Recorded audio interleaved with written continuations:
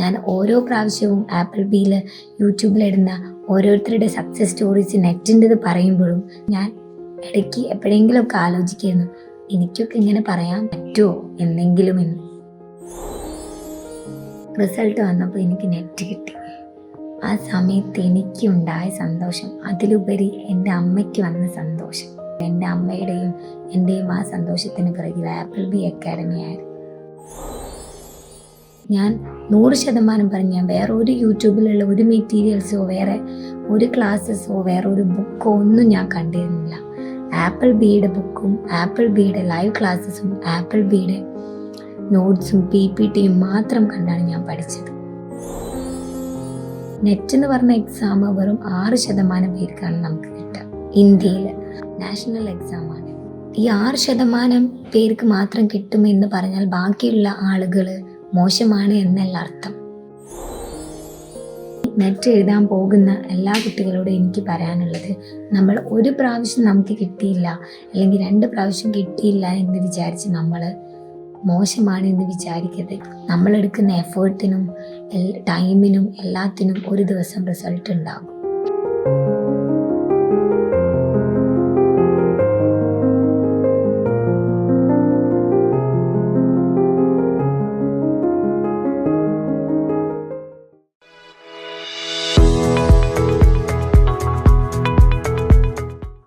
എൻ്റെ പേര് അനഘ.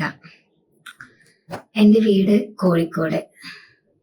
ഞാൻ ഇക്കഴിഞ്ഞ ജൂണിലെ UGC നെറ്റ് കൊമേഴ്സിൽ നെറ്റ് എക്സാം നെറ്റ് ക്രാക്ക് ചെയ്തു. ഞാൻ ആപ്പിൾ ബിയിലെ സ്റ്റുഡൻ്റ് ആണ്. ഞാൻ സെറ്റ് എക്സാമിന് പഠിക്കുന്ന സമയത്ത് ആപ്പിൾ ബി അക്കാഡമിയുടെ ഒരു ഫ്രീ ക്ലാസ് ഞാൻ യൂട്യൂബിൽ കണ്ടു. അങ്ങനെയാണ് ഞാൻ സെറ്റ് എക്സാമിനെ പറ്റി കൂടുതൽ അറിയുന്നതും സെറ്റ് എക്സാമിന് അപ്ലൈ ചെയ്യുന്നതും. കഴിഞ്ഞ 2023 ജൂണിലെ സെറ്റ് എക്സാമിന് ക്ലാസ് ഞാൻ ആപ്പിൾ ബിയിൽ ചേർന്നു. ഓൺലൈൻ ആയിരുന്നു.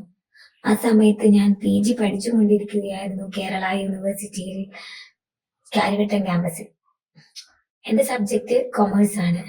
എനിക്ക് സ്വാതി മാം ആയിരുന്നു പേപ്പർ 2 ഡീൽ ചെയ്യാനുണ്ടായിരുന്നത്. പേപ്പർ 1 ബ്ലസ്സി മാമും. അങ്ങനെ സെറ്റ് എക്സാം ഞാൻ ജൂണിൽ ക്രാക്ക് ചെയ്തു. അതീവ സന്തോഷമായിരുന്നു എനിക്ക് ആ സമയത്ത്. കാരണം സെറ്റ് എക്സാമിന് എന്നെ അതിലേക്ക് എത്തിച്ചത് ആപ്പിൾ ബി അക്കാഡമി ആയിരുന്നു. ഞാൻ ഓൾറെഡി ആപ്പിൾ ബിയോട് എൻ്റെ താങ്ക്സ് പറഞ്ഞിരുന്നു. അതിനുശേഷമാണ് ഞാൻ ഒരു 2023 ഓഗസ്റ്റിൽ ഞാൻ നെറ്റ് എക്സാമിന് വേണ്ടിയിട്ട് ഞാൻ ആപ്പിൾ ബിയിൽ ജോയിൻ ചെയ്യുന്നത്. അതും ഓൺലൈൻ ആയിട്ട് ക്ലാസ് എടുത്തു. അങ്ങനെ ഓഗസ്റ്റിൽ ക്ലാസ് ആരംഭിച്ചു. ഞാൻ PG കഴിഞ്ഞു. ക്യാമ്പസിൽ നിന്ന് ഞാൻ വീട്ടിൽ വന്നു. ആ സമയത്താണ് എനിക്കിവിടെ എൻ്റെ വീടിനടുത്തുള്ള ഒരു സ്കൂളിൽ ടെമ്പററി ടീച്ചറായിട്ട് ഹയർ സെക്കൻഡറിയിൽ പഠിപ്പിക്കാൻ അവസരം ലഭിച്ചത്. അങ്ങനെ ഞാൻ സ്കൂളിൽ പഠിപ്പിക്കുന്നുണ്ടായിരുന്നു. അതുപോലെ ഞാൻ B.Ed തമിഴ്നാട് ടീച്ചർ എഡ്യൂക്കേഷൻ യൂണിവേഴ്സിറ്റിയിലും ചേർന്നു. അതിന് ക്ലാസ് നമുക്ക് ഓൺലൈനും എക്സാം അവിടെ പോയി എഴുതിയാലും മതി. അങ്ങനെ B.Edഉം എൻ്റെ ഇവിടുത്തെ സ്കൂളിലെ ക്ലാസ്സും നെറ്റ് പഠിത്തവുമായിട്ട് മുന്നോട്ട് പോയി. എനിക്ക് നെറ്റ് എക്സാമിനെ കുറിച്ച് ഒരു ധാരണയും ഉണ്ടായിരുന്നില്ല. ഞാൻ സത്യം പറഞ്ഞാൽ നെറ്റ് സെറ്റ് പോലത്തെ ഒരു എക്സാം ആണ് എന്നാണ് വിചാരിച്ചിരുന്നത്. ആ രീതിയിലായിരുന്നു എൻ്റെ പഠനം. ഒരു യൂണിവേഴ്സിറ്റി എക്സാമിന് പഠിക്കുന്ന രീതിയിലായിരുന്നു ഞാൻ പഠിച്ചുകൊണ്ടിരുന്നത്. അങ്ങനെ ഞാൻ 2023 ഡിസംബറിലെ നെറ്റ് എക്സാം എഴുതി. നെറ്റ് എക്സാം എഴുതാൻ പോകുന്ന സമയത്ത് ഞാൻ ഓഗസ്റ്റിൽ ജോയിൻ ചെയ്തത് കൊണ്ട് തന്നെ എനിക്ക് സിലബസ് തന്നെ മുഴുവൻ കവർ ചെയ്യാൻ സാധിച്ചില്ല. പേപ്പർ 2 ഒരു 6 മൊഡ്യൂളും പേപ്പർ 1 4 മൊഡ്യൂളോളമാണ് ഞാൻ കവർ ചെയ്തു ഇരുന്നത്. നെറ്റ് എക്സാമിന് പോയി. നെറ്റ് എക്സാം അതീവ ബുദ്ധിമുട്ടുള്ളതായിരുന്നു. ഞാൻ ആദ്യമായിട്ടാണ് അങ്ങനത്തെ ക്വസ്റ്റ്യൻസ് തന്നെ കേൾക്കുന്നത്. എനിക്ക് ഉറപ്പായിരുന്നു നെറ്റ് കിട്ടില്ല എന്ന്. അങ്ങനെ എനിക്ക് 2023 ഡിസംബറിലെ നെറ്റ് എനിക്ക് ലഭിച്ചില്ല. എത്രയോ തവണ ഞാൻ സ്വാതി മാമിനോട് പറഞ്ഞു, മിസ് എനിക്കിത് കിട്ടില്ല, എനിക്ക് കഴിയൂല മിസ്, ഞാൻ വെറുതെ ചേർന്നു, എനിക്ക് പഠിക്കാനുള്ള കഴിവില്ല എന്നൊക്കെ ഞാൻ മിസ്സിനോട് ഒരു 100 പ്രാവശ്യമെങ്കിലും ഞാൻ പറഞ്ഞിട്ടുണ്ടാവും. ഡെയിലി ഒരു പ്രാവശ്യം ഞാൻ ഡെയിലി പറഞ്ഞിട്ടുണ്ടാവും. ഇങ്ങനെ മെസ്സേജ് അയച്ച് പറഞ്ഞിട്ടുണ്ടാവും. വീട്ടിലാണെങ്കിൽ അമ്മയാണെങ്കിൽ അവസാനം അവസാനമൊക്കെ ആയപ്പോ അമ്മ എന്നോട് പറഞ്ഞു, ഇന്നാ ഈ വർഷം കൂടെ നീ എഴുത്, എന്നിട്ട് ഇനി കിട്ടിയില്ലെങ്കിൽ വേണ്ട, ഞാൻ നിന്നെ നിർബന്ധിക്കില്ല. ഓക്കെ, നീ B.Ed വെച്ച് സ്കൂളിൽ നമുക്ക് ട്രൈ ചെയ്യാം എന്ന്. പക്ഷെ അപ്പോഴ് എനിക്ക് +2 ഫുൾ A+ ഉണ്ടായിട്ടും ഞാൻ മറ്റ് CA CMA കോഴ്സുകളൊന്നും ചൂസ് ചെയ്യാണ്ട് ഞാൻ ഡിഗ്രിക്ക് പോയത് എനിക്ക് ടീച്ചിങ്ങിനോട് ഇഷ്ടമുണ്ടായിരുന്നു. ഡിഗ്രി കഴിഞ്ഞിട്ടും PG കഴിഞ്ഞിട്ടും ബാക്കി ടെക്കി ജോബുകളും അതുപോലെ അക്കൗണ്ട്സ് വർക്കുകളും ഒന്നും ഞാൻ ട്രൈ ചെയ്യാതിരുന്നത് അതുകൊണ്ടാണ്. എനിക്ക് ടീച്ചിങ് അത് ഇഷ്ടമായതുകൊണ്ടാണ് ഞാൻ അങ്ങനെ അതൊന്നും ഞാൻ ട്രൈ ചെയ്യാണ്ടിരുന്നത്. അത് എന്റെ അമ്മയ്ക്കും അറിയാമായിരുന്നു. അങ്ങനെ ഞാൻ പഠിക്കലും അതുപോലെ ലൈവ് ക്ലാസ്സസ് കൂടുതൽ കാണാൻ തുടങ്ങി.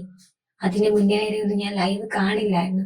ലൈവ് ഓൾറെഡി അപ്ലോഡ് ചെയ്യല്ലോ എന്ന് വിചാരിച്ചിരുന്നു. പിന്നെ ഞാൻ ലൈവ് ക്ലാസ്സസ് കാണാൻ തുടങ്ങി, ഷോർട്ട് നോട്ട് ഉണ്ടാക്കാൻ തുടങ്ങി, പ്രീവിയസ് ക്വസ്റ്റ്യൻസ് വർക്ക്ഔട്ട് ചെയ്യാൻ തുടങ്ങി. ഏറ്റവും കൂടുതൽ ഞാൻ ഡിസംബറിന് ശേഷം ചെയ്തത് അതാണ്. ഡാറ്റ ഇന്റർപ്രിട്ടേഷനും എന്റെ വീക്ക് ഏരിയ ആയിട്ടുള്ള മാത്സിലും ഞാൻ ഡെയിലി ഡാറ്റ ഇന്റർപ്രിട്ടേഷൻ ഒരു ക്വസ്റ്റ്യനെങ്കിലും ഞാൻ ഡെയിലി ചെയ്യും, അത് എന്ത് വന്നാലും. അങ്ങനെ ഞാൻ നിർബന്ധമാക്കി അതെല്ലാം ഞാൻ ചെയ്ത് ബാക്കി എല്ലാത്തിനേക്കാൾ കൂടുതൽ ഇമ്പോർട്ടൻസ് നെറ്റിന് കൊടുത്ത്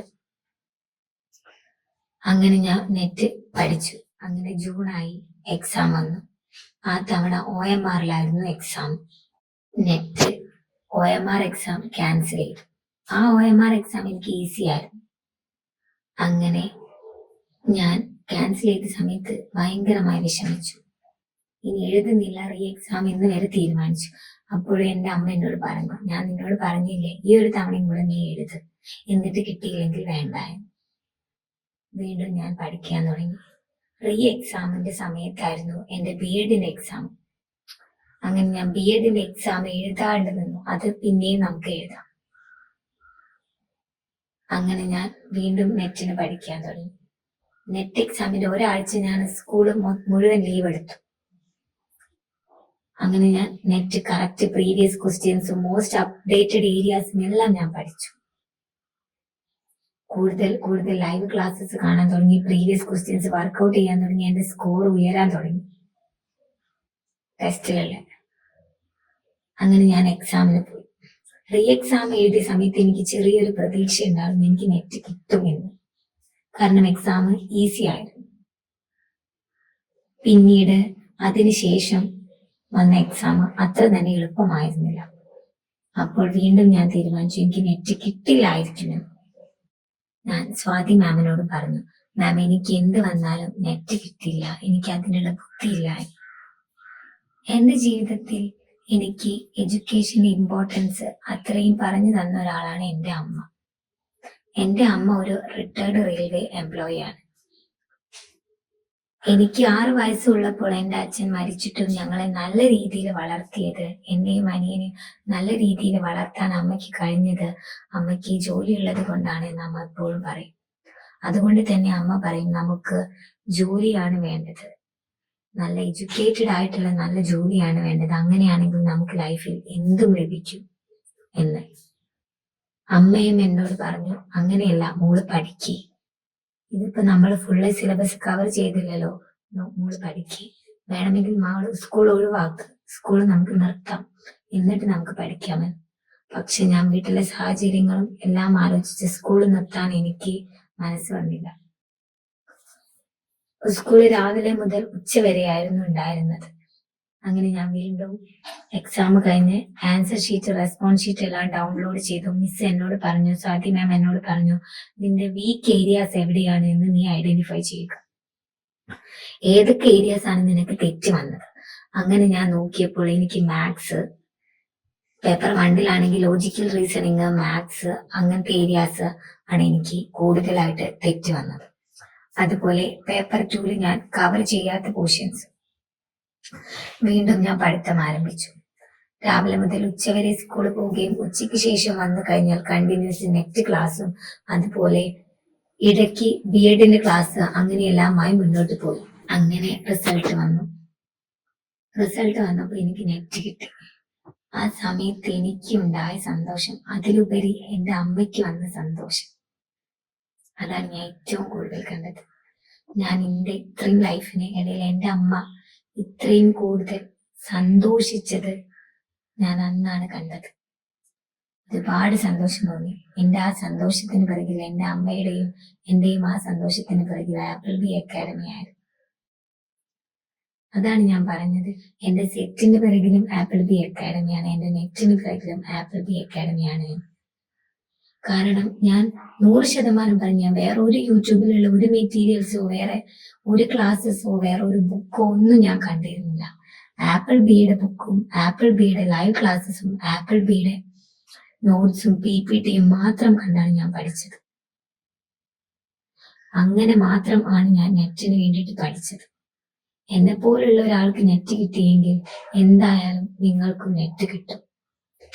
അതുകൊണ്ട് ഇനി നെറ്റ് എഴുതാൻ പോകുന്ന എല്ലാ കുട്ടികളോടും എനിക്ക് പറയാനുള്ളത്, നമ്മൾ ഒരു പ്രാവശ്യം നമുക്ക് കിട്ടിയില്ല അല്ലെങ്കിൽ 2 പ്രാവശ്യം കിട്ടിയില്ല എന്ന് വിചാരിച്ച് നമ്മൾ മോശമാണ് എന്ന് വിചാരിക്കരുത്. ഞാൻ അങ്ങനെ വിചാരിച്ച ഒരാളാണ്. അതുകൊണ്ട് പറയാൻ, നെറ്റ് എന്ന് പറഞ്ഞ എക്സാം വെറും 6% പേർക്കാണ് നമുക്ക് കിട്ടുക. ഇന്ത്യയില് നാഷണൽ എക്സാം ആണ്. ഈ 6% പേർക്ക് മാത്രം കിട്ടുമെന്ന് പറഞ്ഞാൽ ബാക്കിയുള്ള ആളുകള് മോശമാണ് എന്നല്ല അർത്ഥം. ഇത് എനിക്ക് പറഞ്ഞു തന്നത് സ്വാതി മാമാണ്. അങ്ങനെ നമ്മള് കിട്ടിയില്ലെങ്കിൽ നമ്മൾ പിന്നെയും പഠിക്കുക. ഒരു പ്രാവശ്യം നമ്മൾക്ക് കിട്ടും. നമ്മളെടുക്കുന്ന എഫേർട്ടിനും ടൈമിനും എല്ലാത്തിനും ഒരു ദിവസം റിസൾട്ട് ഉണ്ടാകും.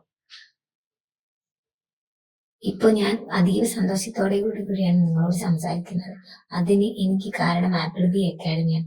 ഞാൻ ഓരോ പ്രാവശ്യവും ആപ്പിൾ ബിയിൽ യൂട്യൂബിലിടുന്ന ഓരോരുത്തരുടെ സക്സസ് സ്റ്റോറീസ് നെറ്റിൻ്റെത് പറയുമ്പോഴും, സെറ്റിൻ്റെത് ഞാൻ ഓൾറെഡി ചെയ്തിരുന്നു, നെറ്റിൻ്റെത് പറയുമ്പോഴും ഞാൻ ഇടയ്ക്ക് എപ്പോഴെങ്കിലും ഒക്കെ ആലോചിക്കുന്നു, എനിക്കൊക്കെ ഇങ്ങനെ പറയാൻ പറ്റുമോ എന്തെങ്കിലും എന്ന്.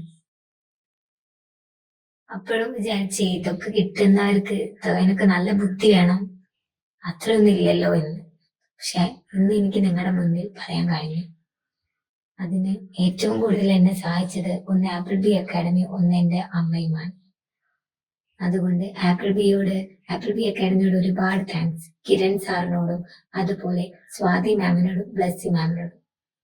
ആപ്പിൾ ബിയിൽ ജോയിൻ ചെയ്തവരോട് എനിക്ക് പറയാനുള്ളത്, ഇവിടുത്തെ ക്ലാസ് ഞാൻ മനസ്സിലാക്കിയിട്ടുള്ള ബേസ് മുതലാണ്